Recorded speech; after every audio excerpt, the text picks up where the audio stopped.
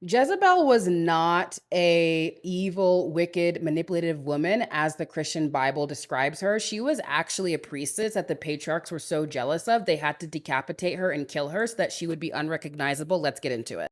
In the Christian Bible, Jezebel's known as a queen who was evil and wicked because she was trying to lure God's servants and followers away from him. Okay, she was trying to lure them into worshiping false idols and making sacrifices to false idols. It is said that she was trying to seduce them into other truths. Okay, and because she wouldn't repent when God asked her to, God sent the dogs on her to make sure that she would be unrecognizable. No, all of that is a lie. It was the Christian demonic patriarchal men who were luring the people away from the goddess and into worshiping a false patriarchal god. There, I said it. Yes. If you are somebody who is in the Catholic, Christian, Islamic, or the Jewish religion, you are worshiping a false idol.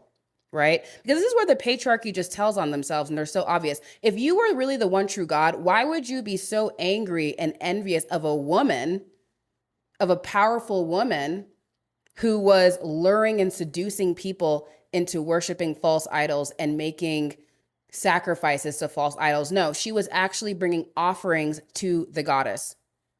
Okay? This has already been accounted for in history. If you go to ancient Egypt, you'll see that a lot of the goddess statues have been melted down. There are none left, especially the gold ones. Okay. All the goddesses' faces, like goddess Isis' faces, have been chiseled out because they believed that if they chiseled out her face, that she would not reincarnate. It is the patriarchal men who are the seducers. It is the patriarchal men who are the manipulators. It is the patriarchal men who are evil and demonic. It was also said that the Jezebel spirit is somebody who uses and misuses her sexual energy to deceive. No, that is men. This is a huge projection of a man's ego onto a woman, trying to rewrite our story and rewrite the script and rewrite the truth of who we are. Men are the ones who misuse and abuse their sexual energy time and time and time again. These religious patriarchs were jealous of goddess Jezebel's dominance.